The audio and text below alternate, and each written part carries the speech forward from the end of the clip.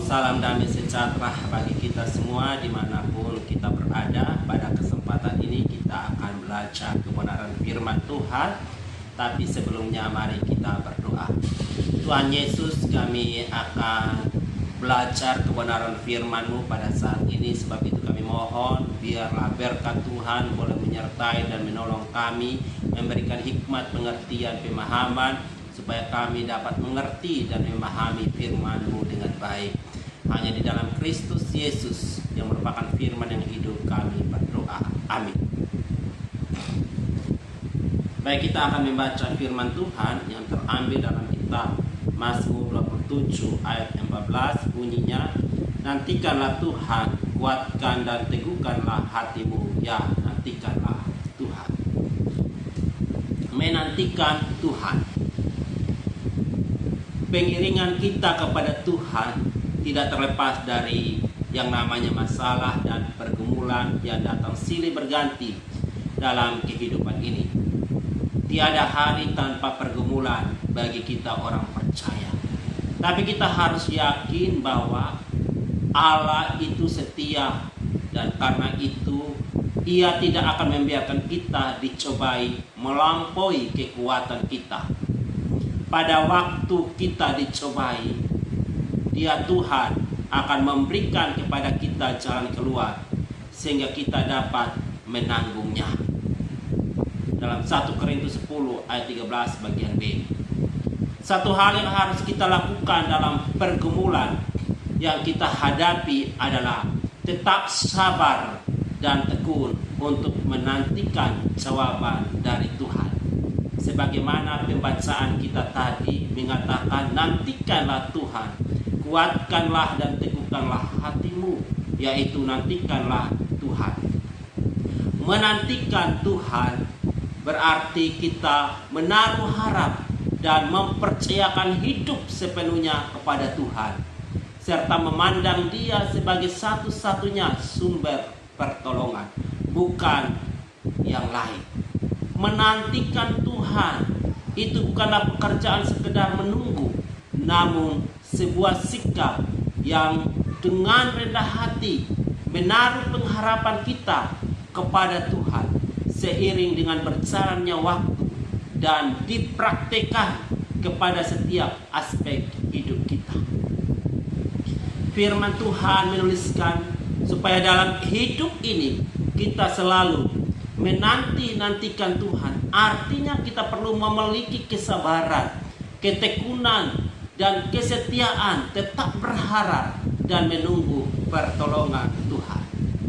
Mengapa kita harus menantikan Tuhan? Jawabannya karena dengan menantikan Tuhan ada janji pemulihan bagi setiap orang yang berharap kepada Tuhan. Firman Tuhan katakan, adalah baik menanti dengan diam pertolongan Tuhan. Artinya janji pemulihan disediakan bagi orang-orang yang senantiasa bertekun menanti-nantikan Tuhan. Memang menanti atau menunggu bukanlah hal yang mudah dilakukan oleh setiap orang. Namun percayalah bahwa ketika kita menantikan Tuhan, maka kita akan mendapat kekuatan yang baru dan tidak akan menjadi lemah. Ia akan memberikan kekuatannya, yaitu kekuatan yang tak terbatas saat kita menantikan Dia. Sehingga di dalam setiap pergumulan yang kita alami, kita mampu untuk mengatasi masalah dan sanggup untuk terus berjalan maju melewatinya. Kita juga akan menjadi pribadi yang kuat tak tergoyahkan. Dia Tuhan tidak pernah membiarkan dan meninggalkan kita. Dia selalu ada bagi kita, orang yang berharap kepadanya. Mungkin ada banyak hal yang kita nantikan dari Tuhan.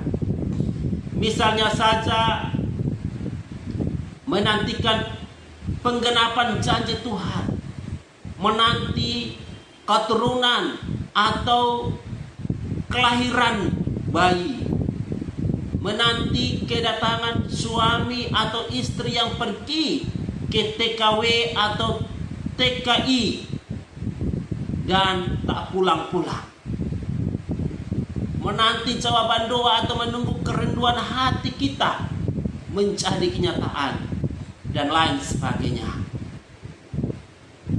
Walau saat ini semua itu belum terwujud atau tercapai, kita harus senantiasa percaya bahwa Tuhan akan menepati janji-janjinya. Kita tidak boleh jemuh, tidak boleh menyerah di tengah jalan dengan apa yang kita nantikan, sekalipun itu belum kunjung tiba. Tetapi sebaliknya kita harus tetap sabar dan tekun, karena melalui kesabaran dan ketekunan kita akan menerima apa yang telah dijanjikan Tuhan. Sebab segala sesuatu yang dijanjikan Tuhan itu tidak pernah terlambat. Ingat, Tuhan memberkati kita tepat pada waktunya.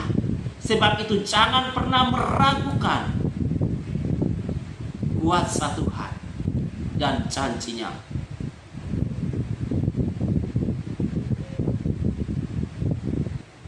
Menjadi pertanyaan bagi kita, bagaimana caranya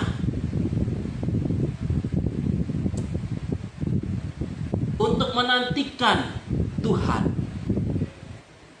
Yang pertama, cara menantikan Tuhan, berharap penuh pada Tuhan.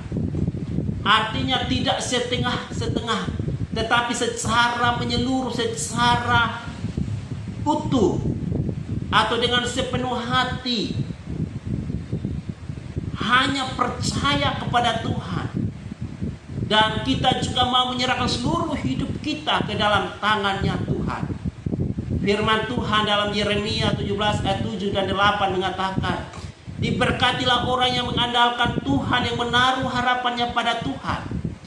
Ia akan seperti pohon yang ditanam di tepi air, yang merambatkan akar-akarnya ke tepi batang air, dan yang tidak mengalami datangnya panas terik, yang daunnya tetap hijau, yang tidak khawatir dalam tahun kering, dan yang tidak berhenti menghasilkan buah. Jika kita ingin diberkati oleh Tuhan atau mendapatkan hasil yang baik, kita harus berharap penuh kepada Tuhan. Kita harus mengandalkan Tuhan. Kita harus menjadikan Tuhan segala-galanya di dalam kehidupan kita. Kita harus menjadikan Tuhan yang utama atau number one di dalam kehidupan kita. Orang yang berharap penuh kepada Tuhan adalah orang yang hatinya percaya hanya kepada Tuhan. Sebab itu saya mengatakan, berhati-hatilah, karena dunia akan turut menawarkan jalan keluar di tengah situasi kondisi yang kurang bagus pada saat sekarang ini, di tengah kemelut ekonomi dan dunia ini. Apalagi kita sekarang dalam situasi pandemik COVID-19. Hati-hati.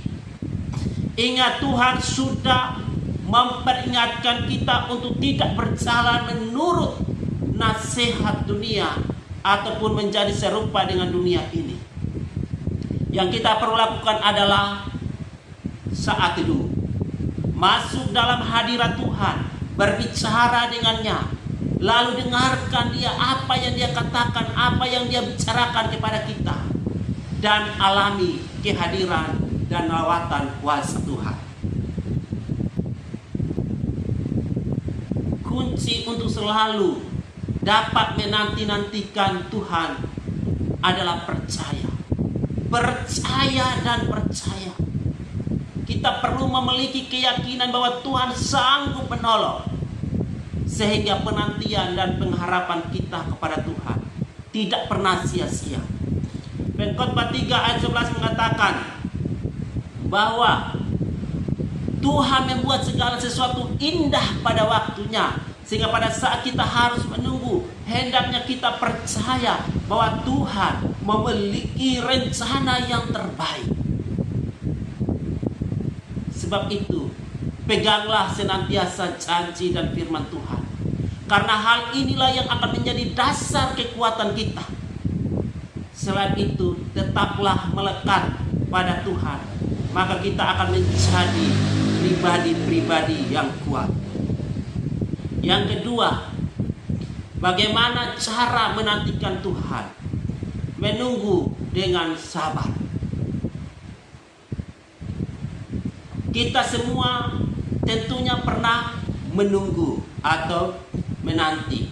Yang menjadi permasalahannya adalah apakah kita menunggu dengan sabar. Kesabaran adalah bagian dari buah kasih. Kasih itu sabar. Kesabaran adalah kemampuan untuk bertahan di tengah penderitaan, di tengah kesukaran, kesulitan atau masalah yang kita hadapi. Seringkali sewaktu kita menantikan Tuhan, kita menantinya dalam kerangka waktunya kita, pola pikirnya kita, bukan lagi di dalam kerangka waktunya Tuhan, kairosnya Tuhan, atau di dalam kehendak Tuhan. Ini yang menjadi konyol, bukan? Manusia cenderung ingin agar segala sesuatunya terjadi dan tergenapi dengan cepat. Bahkan jika perlu tanpa melewati masalah sedikit pun. Apalagi zaman sekarang adalah zaman yang serba instan, serba ada. Namun Tuhan tidak bekerja seperti demikian. Tuhan rindu agar kita belajar berjalan bersama dengan Dia, menyatu dengan Dia dalam segala kehidupan kita. Kita perlu belajar dari Daud, dan kita juga perlu berkata seperti yang Daud katakan di dalam Mazmur 25 ayat 5. Bawalah aku berjalan dalam kebenaran-Mu dan ajarlah aku, sebab Engkaulah Allah yang menyelamatkan aku. Engkau ku nanti-nantikan sepanjang hari. Jadi di sini Tuhan sangat rindu menolong dan menyelamatkan kita dengan melakukan mujizat-mujizat yang luar biasa.